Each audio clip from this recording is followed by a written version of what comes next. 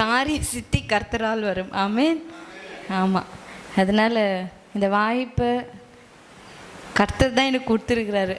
தமிழ் சொல்லி வராத காரணத்தினால நானும் இவ்வளோ நேரமாக கீழ்ப்படியாததுனால தான் என்ன வருது, பாவம் வருதுன்னு நினச்சிட்டு உக்காந்துட்டு இருந்தேன்.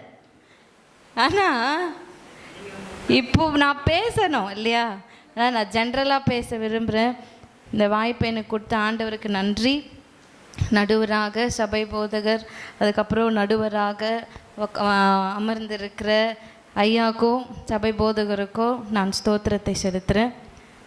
எல்லாரும் சொல்கிறாங்க, எல்லாரும் இல்லை, இவங்க 3 பேர் பேச வந்திருக்கிறாங்க, என்னவாம்மா பாவம் செய்யற தூண்டுறது எது தான் ஃபஸ்ட்டு, கீழ்ப்படியாமல் தான் இவங்க சொல்கிறாங்க. சரி, நம்ம அதை ஒத்துக்கிறோன்னே வச்சுக்கோங்களேன். ஆனால் அதுக்கு முன்னாடி ஒன்று இருக்குது. அது என்னன்றது அவங்களுக்கு 3 பேருக்கு நான் முதல்ல விலக்கி சொல்லணும். என்னென்னா, முதல்ல பாவம் எப்படி வருதுன்னா, பாவம் அப்படின்றது என்னென்னா த நாலேஜ் ஆஃப் ஈவில் அப்படின்னு இருக்குது. அதாவது பிசாசோட ஒரு அறிவு நிமித்தமாக நான் செய்யறது தான் என்னது, பாவம் அப்படின்னு நான் சொன்னேன். இப்போ இவங்க மனசுல நினச்சிப்பாங்க, அப்போ அது கீழ்ப்படியாமல் தானே அப்படின்னு நீங்கள் நினச்சிப்பீங்க. ஆனால் அது அப்படி இல்லை. அது எப்படின்னா, இப்போ நான் ரோட்டில் போகிறேன். இன்றைக்கி நம்ம எப்படியாப்பட்ட உலகத்தில் வாழ்ந்துட்டுருக்கோம் அப்படின்னா, இன்றைக்கி மொபைலை திறந்தாலே அசுத்தமான காரியங்கள், வெளியே போனாலே அசுத்தமான காரியங்கள், டிவி ஓப்பன் பண்ணாலே வாலிப பிள்ளைகள் பார்க்கக்கூடாத சில காரியங்கள். இன்றைக்கி எங்கள் ஸ்கூலில் ஒரு பையன், ஃபஸ்ட் ஸ்டாண்டர்ட் படிக்கிற பையன், அவன் சொல்கிறான், ஒரு பொண்ணுக்கு போய் ஐ லவ் யூ சொல்கிறான். எத்தனாம் கிளாஸ் படிக்கிற பையன்?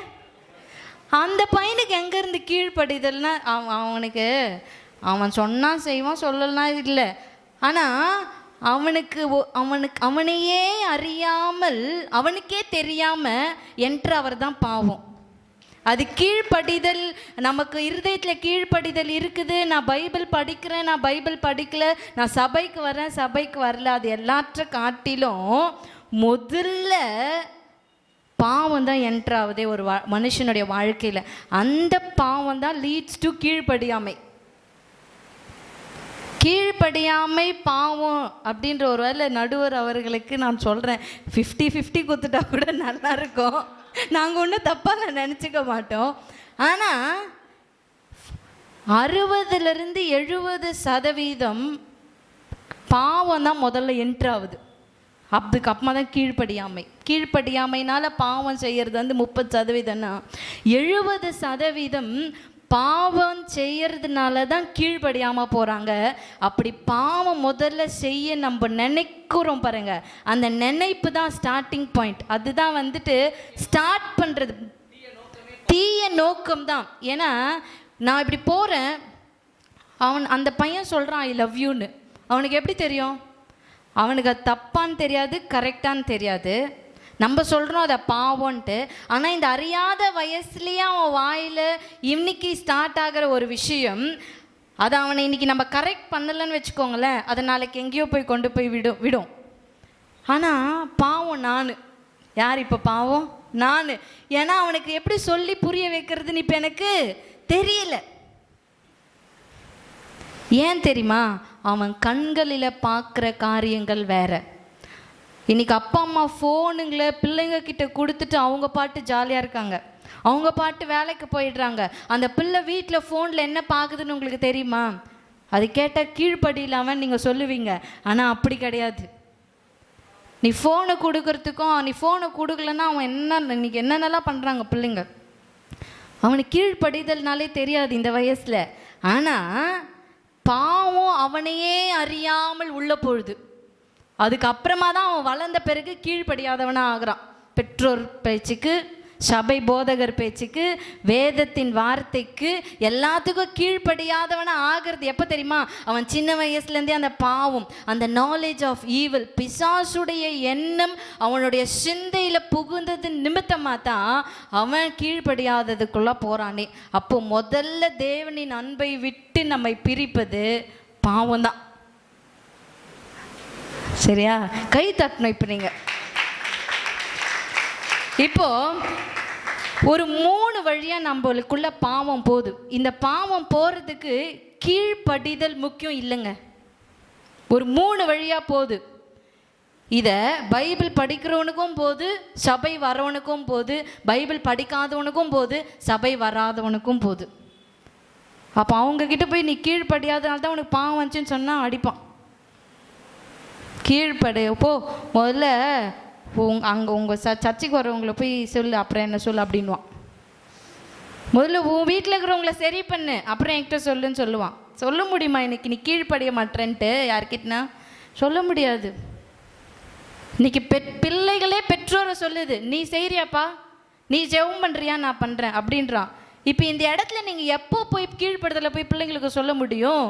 அதனால் பாவமே முதலாவது அவனுடைய சிந்தைக்குள்ளாய் நுழைந்து, அழகாக சொல்லியிருக்காங்க, பிசாசுடைய யோசனையும் சிந்தையும் தான் முதலாவது போச்சு. இன்னைக்கு அழகாக ஆதாம் ஏவாளை பற்றி சொன்னாங்க. முதல்ல பைபிளில் தொடங்கினது எது தானா? பாவம். ஏவாள்னால தானா? ஆதாம்னால தான் பாவம் நுழைஞ்சு இல்லை. முதலாவது பிசாசு ஏவாளுடைய சிந்தையில் அவன் வார்த்தையை புகுத்தான். அதுதான் கீழ்ப்படியாமைக்குள்ள என்ன பண்ணுச்சு, போயிருச்சு. ரொம்ப தைரியமாக 3 பேர், ஒருத்தர் வேற இருக்கிறார், அவர் என்ன பேசுவார் நம்மளுக்கு தெரில. ரொம்ப தைரியமாக சொல்கிறாங்க, கீழ்ப்படியாமல் தான் தேவனின் அன்பை விட்டு நம்மை பிரிப்பது. அப்படி இல்லை, பாவம் தான் தேவனின் அன்பை விட்டு நம்மை பிரிப்பது. ஏன்னா நான் சொல்கிற 3 வழியில் பாவம் நமக்குள்ளே என்ட்ராகுது. அதுக்கு கீழ்ப்படிதல் அவசியம் இல்லை. இந்த வார்த்தைக்கு நான் கீழ்ப்படுகிறேன்றது அவசியம் இல்லை அந்த பாவம் என்ட்ராகிறதுக்கு. இப்படின்றதுக்குள்ள அந்த பாவம் எனக்குள்ளே போகுது. மொபைலில் நான் பார்க்கறதுனால, தெருவில் நான் பார்க்கறதுனால. 2 வழி. முதலாவது கண்ணு, 2வது வழி காது. இன்னைக்கு கும்பலாக உட்காந்து நம்ம பேசுகிறோம், ஏதோ நம்மளையே அறியாமல் ஆண்டவருக்கு பிடிக்காத ஏதோ ஒரு விஷயம் நமக்குள்ளே போயிடுது. எத்தனை பேர் இதுக்கு ஆமேன்னு சொல்கிறீங்க? ஆமாம். சாதாரணமாக தான் உட்காந்து பேசுகிறீங்க. இதுக்கும் கீழ்ப்படுதலுக்கும் என்ன இருக்குது? ஒன்றுமே இல்லையே. ஆனால் நம்மளையே அறியாமல் ஏதோ ஒரு கோபம், பாவம் உள்ளே போகுது. ஏதோ ஒரு பொறாமை நமக்குள்ளே போகுது, நம்மளே அறியாமல் போகுது. நமக்கு போகிற அந்த சமயத்தில் வசனம் ஞாபகத்துக்கு வராது, ஏசப்பா ஞாபகத்துக்கு வரமாட்டார், நடுவர் அவர்களே பாஸ்டர் ஞாபகத்துக்கு வரமாட்டார், எதுவும் ஞாபகத்துக்கு வராது. அப்போ ஏன்? பாவம் கண்ணை மறைச்சிருச்சு, லவ் கண்ணை மறைச்சிருச்சு. எந்த காலத்தில் லவ் பண்ணுற பிள்ளைங்க ஏய் பைபிள் படிக்கிறேடா, லவ் பண்ணோட யாருன்னா சொன்னா திரிப்பான். எந்த காலத்தில் ஐயா இருக்கிறீங்க நீங்கள் அப்படின்னு கேட்பான் நம்மளையே ஏன்? அன்பு கண்ணை மறைச்சிருச்சு, பாவம் கண்ணை மறைச்சிருச்சு. அந்த கண்ணை மறைச்சதுனால தான் இந்த வார்த்தைக்கு அவன் கீழ்ப்படியாத போகிறான். அதனால் முதலாவது கீழ்ப்படிதல் இல்லை, பாவம் தான் ஒரு மனுஷனுக்கு முதல்ல அவனோட நாலேஜுக்கு போகுது. அவன் பார்க்கறதுனால, அவன் கேட்கறதுனால. சரளமாக இன்னைக்கு சின்ன பசங்க கெட்ட வார்த்தை பேசுகிறாங்க. கெட்ட வார்த்தை பேசக்கூடாதுன்னு பைபிளில் இருக்குதா இல்லையா? இருக்குது. ஆனால் அவனுக்கு சின்ன வயசுலேயே வர்றதுக்கான காரணம் என்ன? அவனையே அறியாமல் கேட்குறான். பெற்றோர்கள் பேசுறது, வீடு பக்கத்தில் இருக்கிறவங்க பேசுகிறான். அவனுக்கு தெரியாது கெட்ட வார்த்தை பேசணும். எப்போங்க? நீ வளர்ந்து படித்த பிறகுதான் உனக்கு தெரியுது பைபிள் பற்றி. ஆனால் பாவம் எங்கே என்ட்ராகுது? சின்ன வயசுலே. இன்னொருத்தர் அழகாக சொல்கிறாரு, நம்ம பிறந்த உடனேவே பாவம் நம்மளுக்குள்ள என்ட்ராகுதான். பிறந்த உடனே, நம்ம பிறந்த அப்புறமாவே நம்மளுக்கு பாவம் என்ட்ராகுது. ஆனால் தாவீது அழகாக சொல்கிறாரு, என் தாய் என்னை கர்ப்பத்தில், என்னது பாவத்தில் கர்ப்பம் தரித்தாள். இதுக்கு ஹிஸ்ட்ரி வேறு. ஆனால் நம்ம எப்படி புரிஞ்சுட்டு இருக்கிறோம் நமக்கு தெரியல. ஆனால் இதோட ஹிஸ்ட்ரின்றது வேறு. அதனால் இன்னைக்கு நம்ம பார்க்குற ஒரு விஷயம், கேட்குற ஒரு விஷயந்தான் இருதயத்துக்குள்ளே போய் இந்த வசனத்தை இருதயத்தில் ஏற்றுக்கொள்ளாதபடிக்கு, இது ஏற்றுக்கொண்டால் தானே கீழ்ப்படிதல் வரும். இங்கே தான் ஏற்றுக்கொள்ளாததுக்கு முன்னாடியே பாவம் முன்னாடி உள்ளே போயிடுச்சு, அப்புறம் எங்கேருந்து கீழ்ப்படிதல் உள்ளே போவோம்? அப்போ நடுவர் அவர்களை, நீங்கள் தான் நல்லபடியான தீர்ப்பை சொல்லணும். முதல்ல தேவனின் அன்பை விட்டு நம்மை பிரிப்பது கீழ்ப்படியாமல் இல்லவே இல்லை, பாவம் தான். ஏன்னா நீ எவ்வளோ தப்பு பண்ணாலும்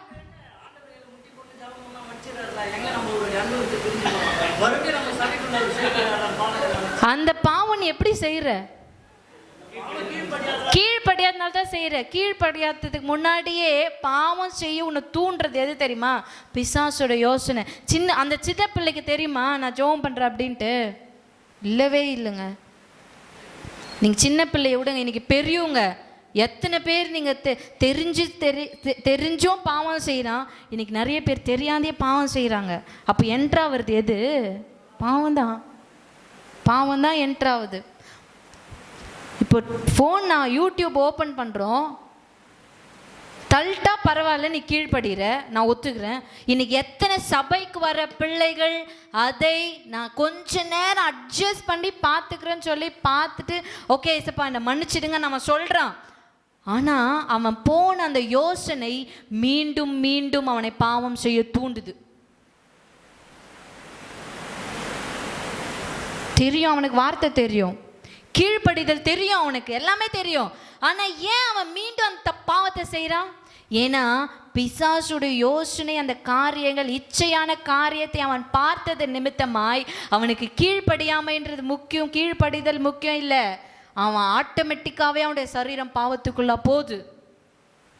மென்டலி அவன் பாவம் செய்கிறான், ஃபிசிக்கலி அவன் பாவம் செய்கிறான். இதுக்கு கீழ்ப்படிதலுக்கு என்ன சம்பந்தம்? நீங்கள் சொல்லுவீங்க அவனுக்கு வேதம் தெரிஞ்சிருந்தா. இல்லை, வேதம் தெரிஞ்ச பிள்ளைகளே செய்கிறாங்க.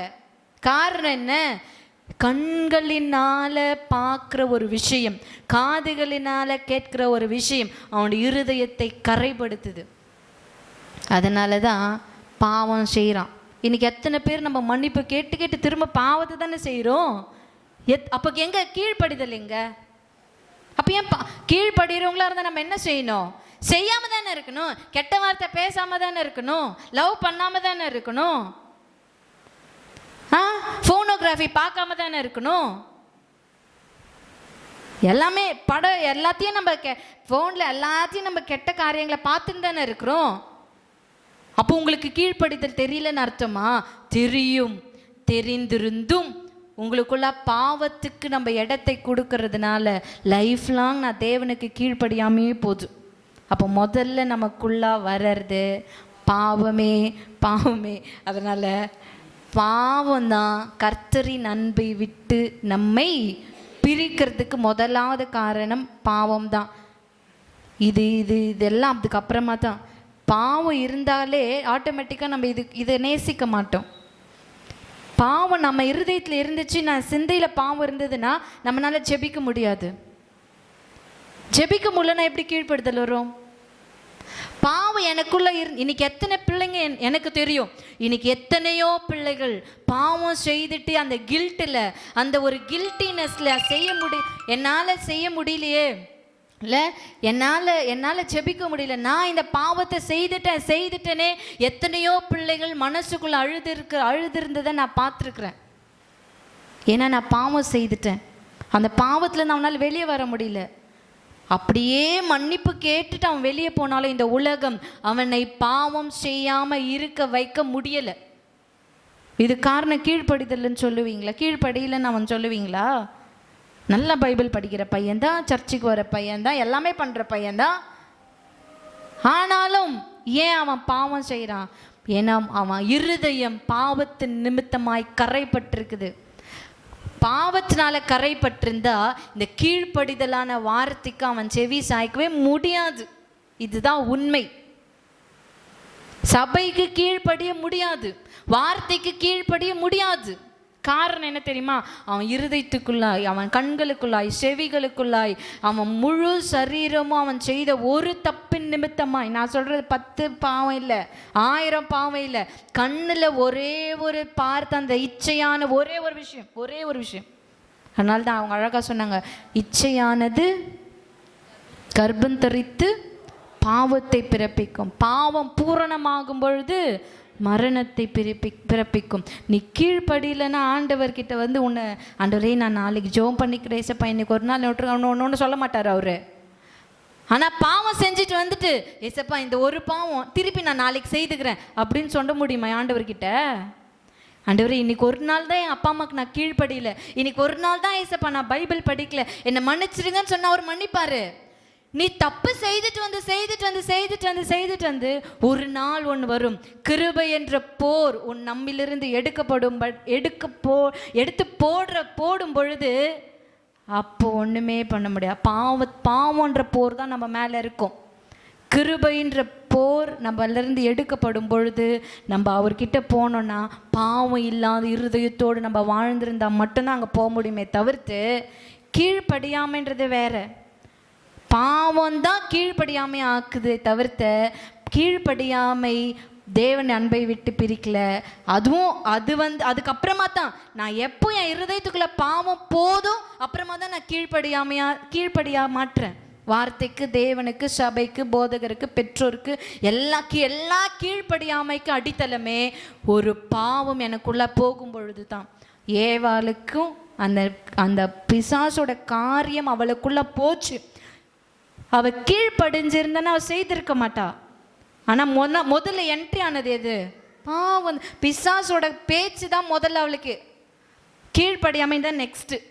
அதனால முதல்ல ஆதாம் ஏவால தேவனின் அன்பை விட்டு பிரிச்சது பாவம் தானே தவிர்த்து கீழ்ப்படியாமை இல்லைங்கய்யா. அதனால தேவனின் அன்பை விட்டு பிரிப்பது பாவமே பாவமே பாவமே என்று சொல்லி என்னுடைய வார்த்தையை நான் முடிக்கிறேன். தேவ அன்பை விட்டு